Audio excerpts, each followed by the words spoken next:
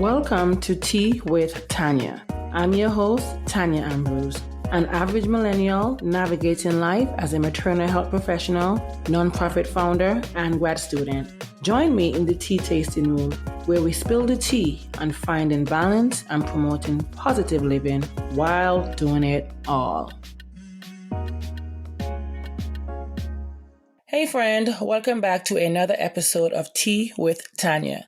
I'm happy to be back here in the tea tasting room with you. I hope within the last week you've done something to prioritize yourself because that is key. For me, I decided to get some rest at one point in time. It was in the middle of the week. I was not feeling my best self mentally.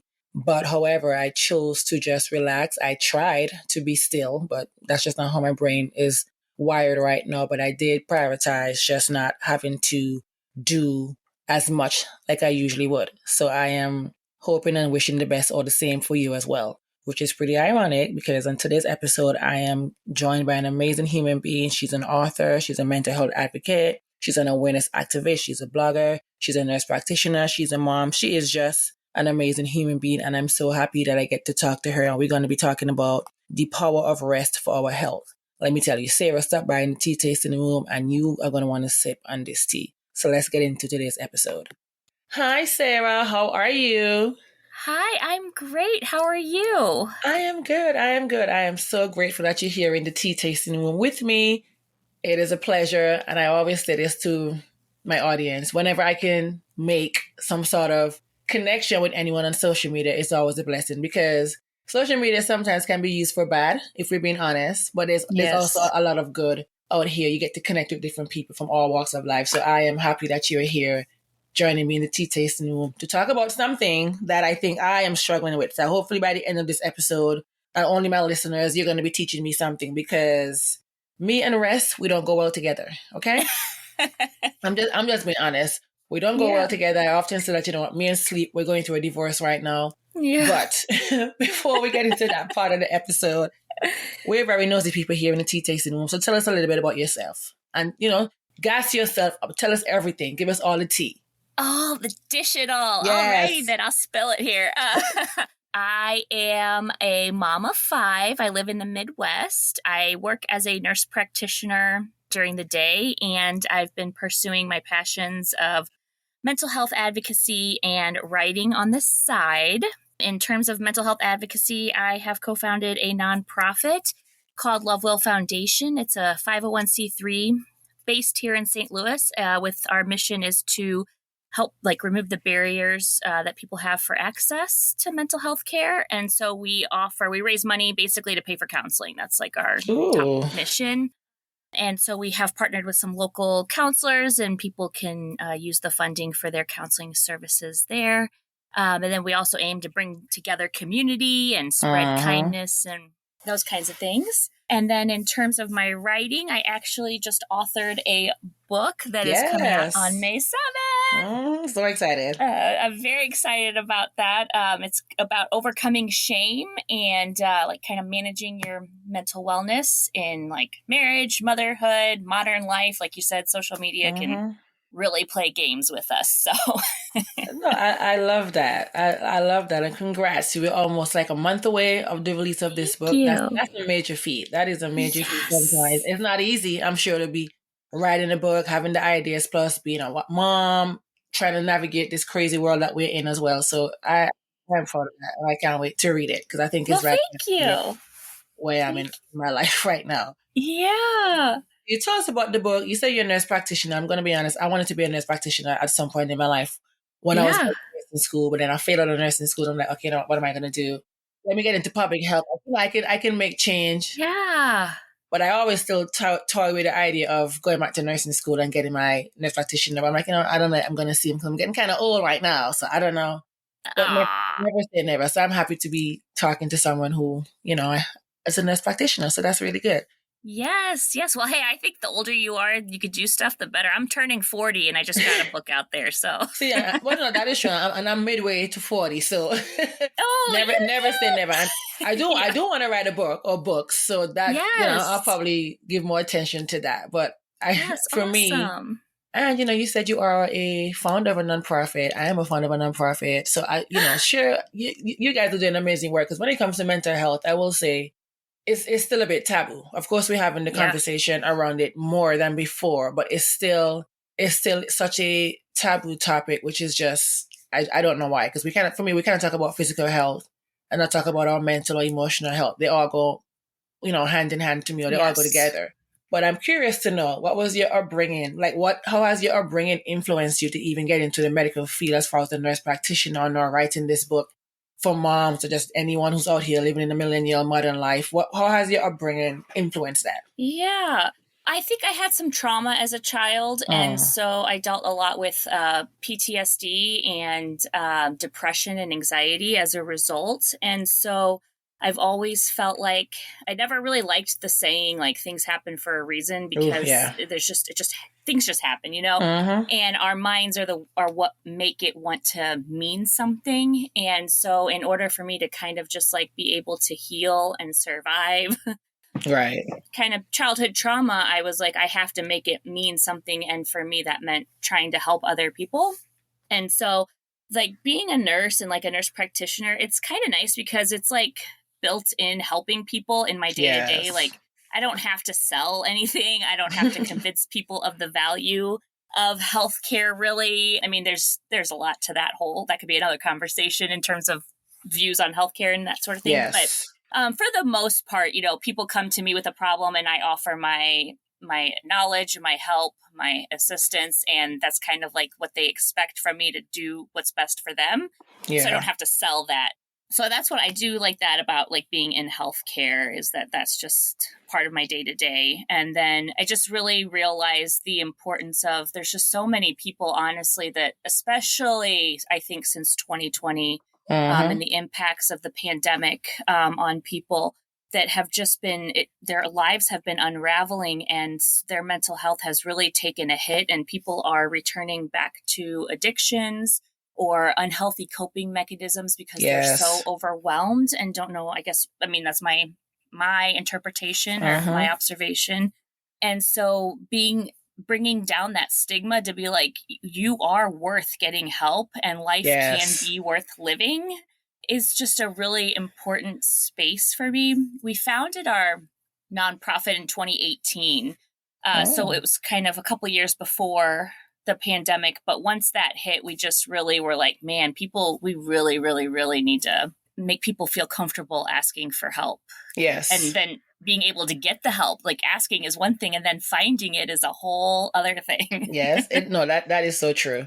So, And I think we yeah, underestimate the importance of community as well as it yeah, relates to our mental health. Because again, it's still a taboo topic. We don't asking for help for some people it's shameful, and that shouldn't be. So I'm not sure yes, where in society we went wrong as to why we're thinking that yeah, we can't express our true feelings, or we can't ask for help. I still struggle with that sometimes, to be honest, because I'm so yeah, used to being the helper, helping everyone yeah, else, or or trying to fix somebody else. But then when I do need help, it's very hard for me to ask. yes. I have to be at like my wit's end before I even ask, and even then I still Mm-hmm. have to contemplate if I want to even get that help, Mm-hmm. whatever that may be. Because I also work as a doula, and I also work in the maternal health Oh, space, and I think about, when we talk about even community, thinking about parents, a yeah. support system is so important. Moms will tell you, "Oh, I got to be up every 2 hours," or "Baby has been fussy all night, so I'm not getting enough rest, I'm not getting enough sleep." So I want to ask you, because, like I mentioned to you earlier, Sarah, I Yeah. think that I'm going through a divorce with sleep, because it sounds funny, but my sleeping pattern has just been Yeah. completely off. I'm also a founder of a nonprofit. We're still very small, and I have big goals for us Yeah. as an organization. I took this big leap in 2020 in the middle of this pandemic to launch or found this nonprofit organization that has been in my mind since 2018, 2019. Because Yeah. I'm from a small Caribbean island called Antigua, so it was always Okay. my goal when I first moved to the U.S. to give back to Antigua in some way, shape, or form. Yeah. But let me tell you, Sarah, I work full time. Yeah. I have a doula business. I have a nonprofit again. I have a small team. We're working to ensure that we can expand. And then I also go to grad school full time. Wow. Plus, No wonder why you're right, right. exhausted. Exactly. Plus other things, in life, because life happens, you have to deal with everything. And recently I'm realizing that one, I'm burnt out. Like last year after we had our event in Antigua, I was so burnt out, Sarah. When I say burnt out, I could not even lift a pen to write a Yeah. goal for Squad Life Cares, my nonprofit. I couldn't do anything. And I didn't want to accept the fact that I was burnt out because I didn't know what it was like. You Yes. listen to other podcasts or you watch YouTube on social media and they talk about burnout all the time. But I did not know that I was experiencing that until my therapist told me. And even then, I still didn't want to believe her. I was like, no, I'm not. I said, I'm ambitious. I have goals. I'm going to do whatever I have to do, whatever it takes. Because I always had this mindset of pushing through, right? No matter how tired I am, I'm going to push through. But I'm now realizing that I don't sleep. Yeah. And I'm using, because I'm also someone who suffers from chronic migraine. And I'm thinking that's as a result of lack of rest, but I don't know. But I'm realizing now that I'm dependent on my, and don't judge me, nurse practitioner, please. No judgment. I'm noticing that I have to take a particular medication every night for, one, for anxiety, but also one to prevent my migraine. But that particular migraine med, it makes me drowsy. So I'm now finding myself with all the stress of life, running a nonprofit, going to grad school full time, having to finish these assignments on time and these exams, and making sure that I'm showing up at my work, at job, full time as well, because I can't have that slacking because they've been very flexible with me for me to attend my classes while during working hours. So I can't afford to be slacking at work. But however, now, like I said, I'm relying on this particular medication. It's not a sleeping aid, but it helps me to get drowsy. And for the last couple of months, I've been relying on that to get at least a good solid 4 to 5 hours of sleep. Right, Sarah? However, I'm now realizing that med is no longer working as far as the put me to sleep aspect of things. It's preventing the migraine, thank the Lord, because I was someone who had a migraine at least 5 days out of the 7 days in a week. But I'm saying, I'm talking very, very long, but I'm saying all that to say, how important is rest to our health, like that connection between rest and health, because I'm realizing that when I don't get enough sleep, I'm a very different person the next day. But it has become my norm now that I don't even know what it means to rest. And rest doesn't necessarily always mean sleep either. But for me, I could be sitting on my couch or in my bed watching TV, and then before I know it, I'm on my phone typing an email or doing something again for my nonprofit or whatever it is. So let's talk about the connection between rest and health, because I think we don't necessarily really understand how important that is or what it looks like. Yeah. I mean, like you said, sleep and rest aren't always the same. It's important to get, adequate sleep and that sort of thing for health reasons. But rest, when I think of it, is sort of letting ourselves just be present and without judgment and observe what we are experiencing.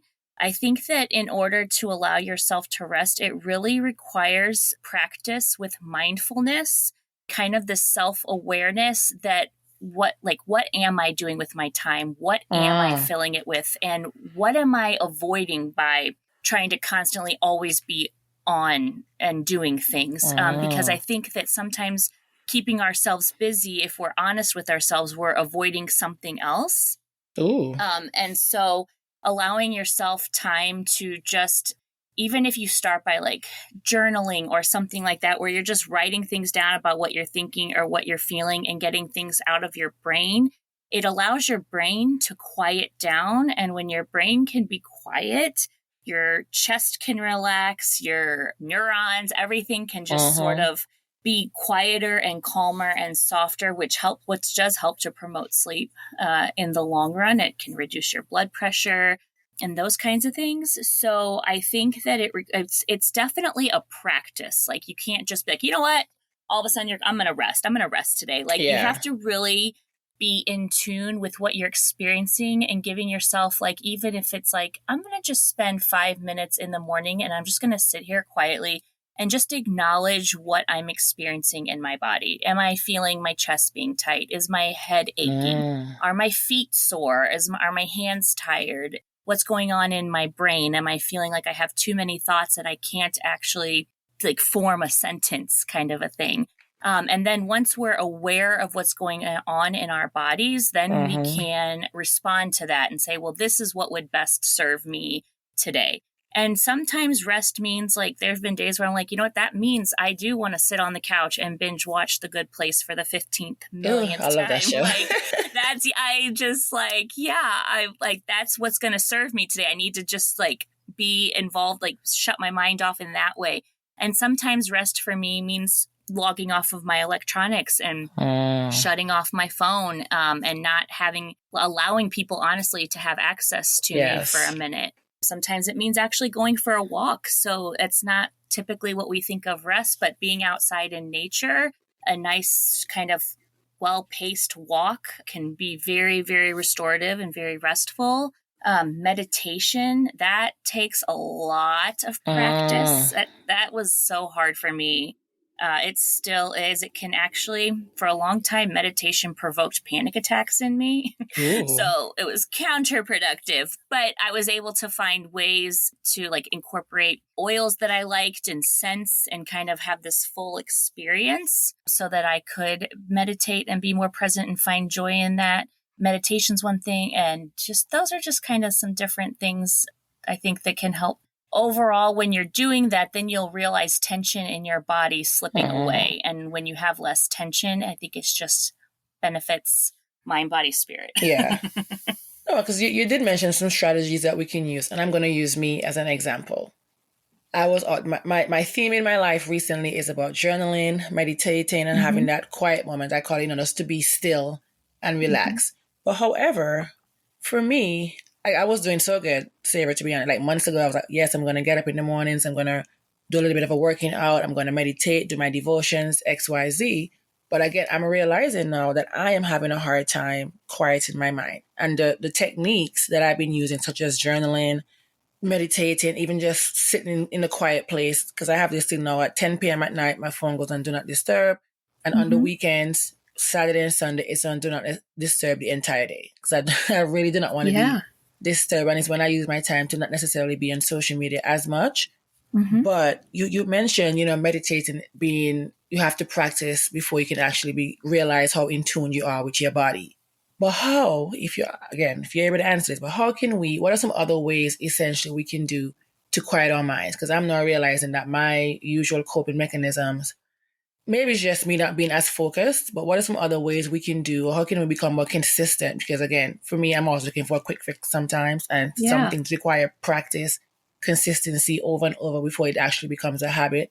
But what are some other ways, maybe some other feasible ways we can do to quiet our mind, to incorporate rest? Because like that you mentioned, even walking outside in nature is a form of rest. Old me would take that as me being, what's the word I'm looking for? Oh, you're just too active. Why are you out here walking for 5 minutes or walking a mile in the park? When after a while I realized that this is my time where I can think clear. I can reflect on maybe my day or the week or where I am in life now. But again, for me now, I'm not sure if maybe I'm high stressed at this point, but my usual coping mechanisms aren't as effective as they once were. So what are some other ways for those listening they can try, maybe something basic, and then, we can just tell us, give us that tea, because we need help.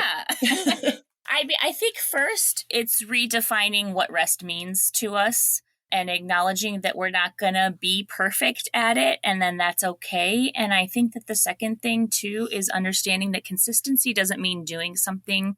At least for me, it hasn't meant doing something every single day. And sometimes it means that I come back to things like consistency. So maybe I was doing everything that served me for a while, and then I just fell off the wagon. I couldn't muster the strength to do it. I had to rest in other ways. And my rest involved not journaling and not doing devotionals and not meditating. I had to sort of shift. And like I said, maybe watching television or talking to a friend if that's fills you up, or coloring. Coloring is a wonderful way, I think, to rest. If you get like an adult coloring book, or even just doodling, can be really restorative.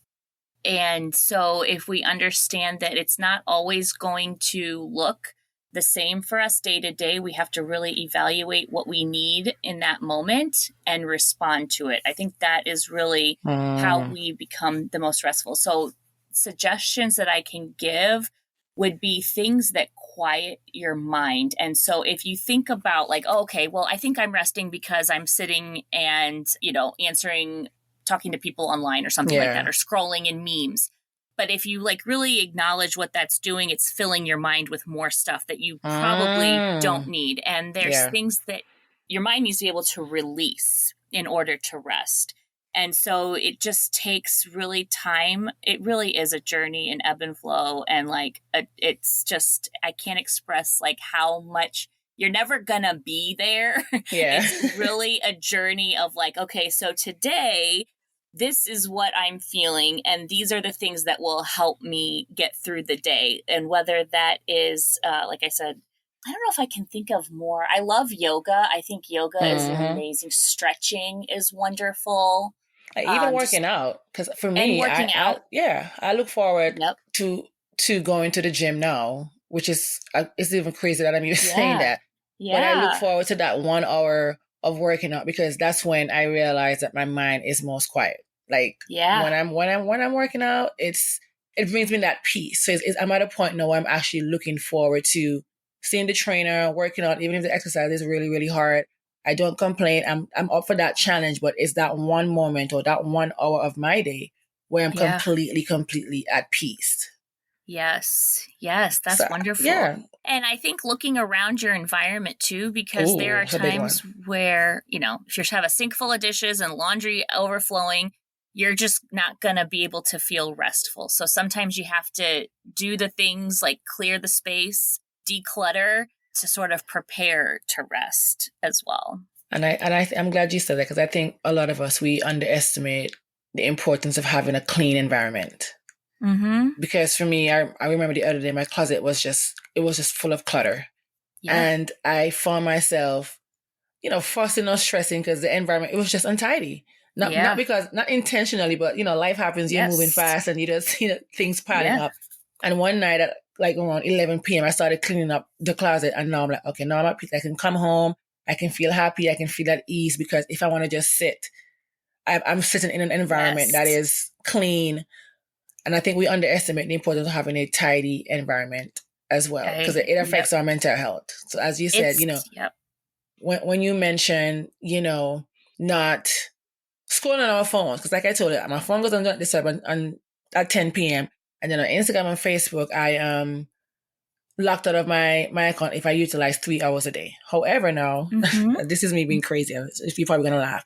I'm thinking to myself, okay, I'm locked out of Facebook, Twitter, and Instagram, but there's no time limit on TikTok. So I find myself at night, I am scrolling on TikTok, and then that just gets my mind going again. Now, okay, what am I going to cook tomorrow?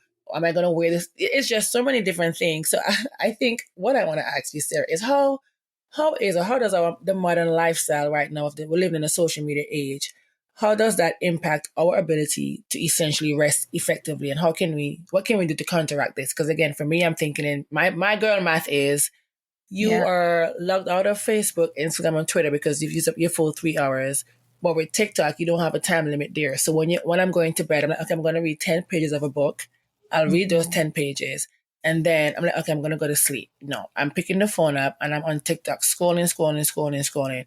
Before you know it, it's 3 a.m. So I'm complaining just now in the episode, Sarah, telling you that sleep and I are going through a divorce. But yet still, I'm not making the effort or more effort to ensure that I can have enough, a good amount of sleep, hours of sleep. Yeah. So how does the modern lifestyle impact our ability to rest, and what can we do to counteract this? Yeah, I think, it impacts our ability to rest because we are, not only are we available to people 24/7, but we expect people to be available to us 24/7. And so there's really this, how can you rest when someone may need you, someone may need something, someone may post about something that you just know is going to be the most interesting thing that you've ever seen in your life, and you want to be there the moment that it happens. Or you've posted something and you want it to go viral, or you're like, how many people have liked it? Where's my validation? And kind of just it really is to a level of, I think we have to call a spade and say that it's an addiction. And I think that we have an addiction to technology, and that we have not been giving ourselves permission to disconnect from people and to not be available to them. and to be okay not being in the know all the time. Ooh. And it's important to be informed and to keep up with current events and all of that. But it's also important to take time where you don't do anybody a justice or a service by exhausting yourself. Like if you are somebody who's doing all this amazing work, and we all have amazing parts of our personalities, whether we have nonprofits or not kind of thing, but you have a nonprofit and you're doing all these wonderful things in life and for the world, and it doesn't serve them for you, the person who's able to bring that into the world, to not have that passion behind it anymore. And so we have to look at rest as it's giving us the ability to continue our work and to continue to be available and to have the emotional capacity and the physical capacity and all of it to be able to keep doing the things that fuel us and that we find important. So I think it's important that we really find time off of our electronics and we really set those boundaries, and that we love ourselves and our work enough that we respect those boundaries and keep them. So like if you've noticed, that you've gone to TikTok, well, then it looks like TikTok needs a time limit now. Yeah.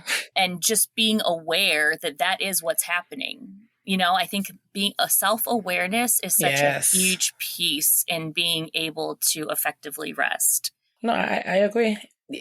That is so true. And as we get ready to wrap up, I want to talk about I want to talk to the moms, because again, I work primarily with families, pregnant individuals, and a baby's gonna be unpredictable. We don't know. A baby doesn't come out saying, "Okay, I'm gonna sleep for 8 hours at night." Yeah. But for our moms, or even those who are trying to conceive, or may have, they're part of a support system for a family, what can we tell them? What can you tell them as far as how can they incorporate rest? Because, we have this saying, "Oh, sleep when baby sleep."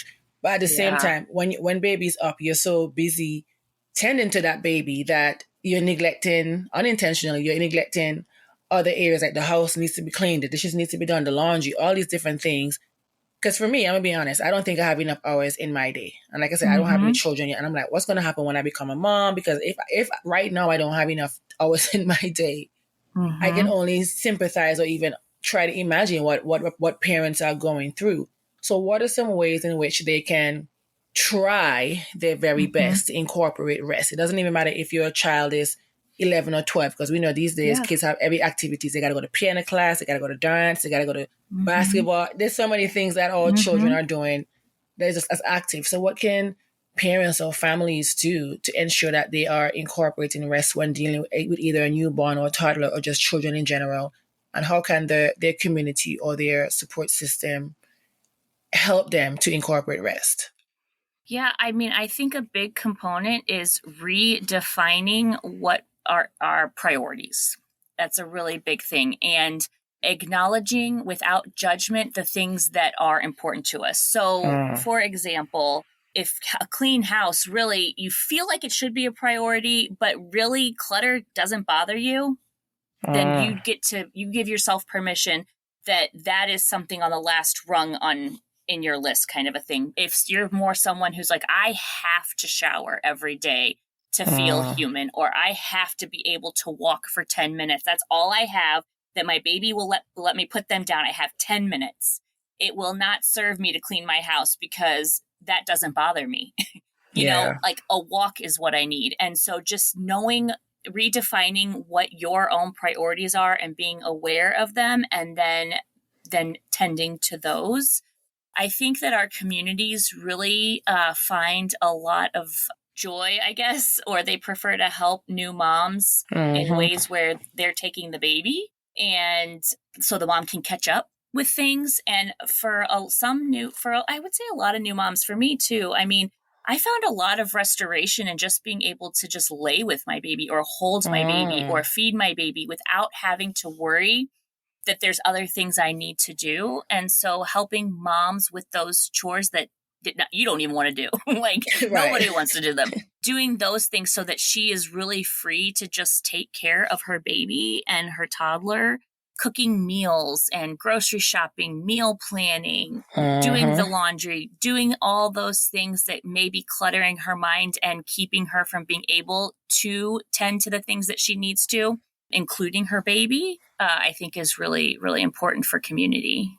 No, I do appreciate that because again, we underestimate how important a community is. And as even as a postpartum doula, all mom needs sometimes is just someone to even hold the baby so I can take a shower and comb my hair really quickly and then I can sit, because of course cuddling with your baby, that also encourages bonding. So I'm Mm-hmm. happy you mentioned that about community because let me tell you, even me as a single person, I need my community as well. Just Yeah. to when life gets too much and I'm dealing with all these different things, like you say, we're entrepreneurs, we have nonprofits, it's a lot. And on Mm-hmm. social media, we don't talk enough about what goes on behind the scenes of trying to even run a business, how Mm-hmm. exhausted you can sometimes be. And you mentioned about being self aware, because for me, I'm so self aware sometimes that I'm sick of myself. I'm going to be honest. Because no, I wasn't always here, but I'm just so Yeah. self aware now that I'm just making sure that I'm taking necessary steps because again, I'm realizing I don't want to be burnt out. For Yeah. me, I'm thinking rest just means that I just need to sleep. I need to get 8 hours of sleep at night. And it's like, that's not necessarily what it means. I'm learning that I Yeah. can just be sitting on my couch or I can go to the park. What I've been doing is just sitting in my car reading my Kindle. Yeah. And that is enough rest for me. That makes me feel rejuvenated and I can just go about Yeah. my day and Yes. feeling, motivated or inspired to maybe come and do the dishes or clean the house, whatever it is. Yep. That's what I'm realizing that the simple things is what really contribute Yes. to is the simple things. Because for me, I was always a big thing kind of person where I had to do the big thing first. Like you mentioned, even prioritizing our list. For me, I would get a post-it and I'll put my list of things I had to get done in a day. And I rank them as what's the least priority, what's the most priority. And sometimes Mm-hmm. I end up starting with the least priority because it takes less energy. Mm-hmm. And I think when we get into, oh, I have to do XYZ, let me get it all at once, for me, I get overstimulated. Oh yeah. Oh yeah. Yeah. Yeah. You have to set smart goals. Yeah. So Yeah. I'm working on being consistent with making smart goals because like the chaos that ensues when we're not making smart goals is just it's enough to knock you out for like a week and for you to feel extremely tired after because you weren't making these smart goals. Yeah. But as we get ready to go, Sarah, what are some misconceptions that you've heard about rest and how can we debunk them? Because again, we've been programmed to hustle, hustle, hustle, or beyond the goal, because you want to make six figures, you want all these different things our social media gurus are telling us, but they're not telling us Mm-hmm. that during that time, one, they may have a team or a strong support system. Yeah. They don't set that part sometimes enough for me. So, what are some misconceptions about rest, and how can we even debunk this? Yeah. I mean, I think the biggest misconception about rest is that it's lazy, Mm, that you're not motivated, that that you just don't have any goals or dreams or aspirations in life. If you're resting, if you're not doing, then you're not going to be anything. mm, And I think we just have to really, I don't know, promote or talk about more that rest is really restoration. mm, And so being able to rest is part of the journey of being able to achieve your goals and it's not about being complacent. It's yeah, about giving yourself permission to be present and to be okay with where things are right now. If you're always trying to do and you're always in this it almost puts you in like this survival mode where I just have to keep yeah, going, keep going, keep going. And the impact of survival mode on people in over a long time is not going to serve you yeah, health wise or anything like that. So I think we just have to be more willing to say that. I mean, and maybe it takes the successful people, the people who are out there, yeah. raking in the dough to say, you know what? I vacation or I don't always do. I have people doing for me, Uh-huh. I delegate, kind of thing for people to believe it. Maybe it's harder for people to hear it from someone like me who, lives Midwest, middle of nowhere. Like, they don't see me necessarily as being successful, but I think that it really is about like redefining our priorities, our goals, and what Uh-huh. we think success is. Like, is success to you billions of dollars? Maybe if you really look at it, you really talk to yourself and are aware, you're like, you know what, that isn't going to make me feel successful. What's going to make me feel successful is if I get to be at my kids' games, or if I'm able to have a job that I enjoy. Maybe what makes me feel successful is that I have time with my partner in the evenings, or time alone, or time to read. Like, you have to really be like saying it's okay if money and success and fame and fortune, that's not what everybody needs to aspire to. I love that. Yeah. So I that's do my love feelings. That. No, I love it. And I think that's a good way for me to end this episode, because too often we think that we have to have what somebody else has.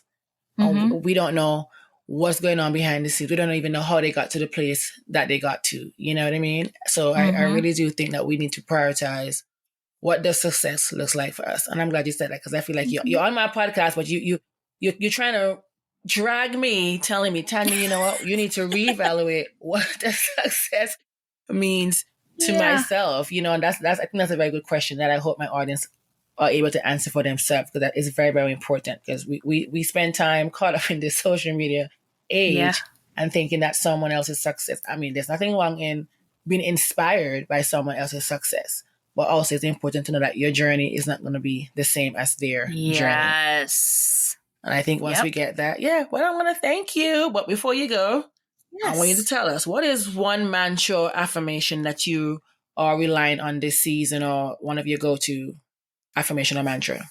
Oh, my current affirmation is see what happens if you stay. Ooh, Sarah now, honey. Wow. I'm sorry. Okay, I need you to repeat that. Wow. Yeah. See what happens if you stay. Okay, Sarah. See, listen. That's. I'm gonna steal that. Is it okay if I can steal that? Oh, absolutely. I didn't come up with that. I heard it somewhere. I'm sure I heard it somewhere. See what happens if you stay. Wow. Yes. I love that. Well, thank you for being here. Before you go, tell everyone where we can find you, how we can support your book and everything, your nonprofit, everything that you have going on. Oh, wonderful. Yes. So our handles for the nonprofit are at Lovewill Foundation, LOVEWILL, and our website's www.lovewillfoundation.org. And then all of my social media handles are Rebel Housewife blog on Facebook and Instagram. And my book is available like on Amazon and Barnes and Noble, and pretty much where books are sold. It's available for pre-order now. Yes, it is. Yes, it is. So go ahead and get that pre-order in. Yes. I'm really happy. I'm really happy for you, and I can't wait to read this book, because like I said, I think it's right up my alley. Just from reading the description, I'm like, okay, yes, I definitely got to get this book on my bookshelf. I'm serious. Thank you. So congrats on that, because that's no easy feat. Thank you so much. Congrats for being brave to do that, because I know that was probably nerve-wracking. You know, that's a goal. That's a major goal. Yeah. So I am happy for you, and I want to thank you again for joining me in the tea tasting room. I will put all the information in the show notes, and have a good day. Thank you. And wonderful. I hope you enjoyed coming here. I loved it. It was wonderful talking to you. I'm so glad we were able to connect. Thank you so much. And I'm just going to say this now. You're not going to get rid of me now, because any guest that comes into this tea tasting room, we're connected forever. So I'm just letting you know that right now. I'm excited. Love it. All right. Thank you. Thank you so much. Thank you for joining me for another episode of Tea with Tanya. If you like this episode, be sure to share it with a friend. Don't forget to follow on Instagram at Tea with Tanya Podcast. Be sure to subscribe to the weekly Tea Talk newsletter. And of course, rate on Apple or Spotify and subscribe wherever you listen. See you next time. I love you for listening.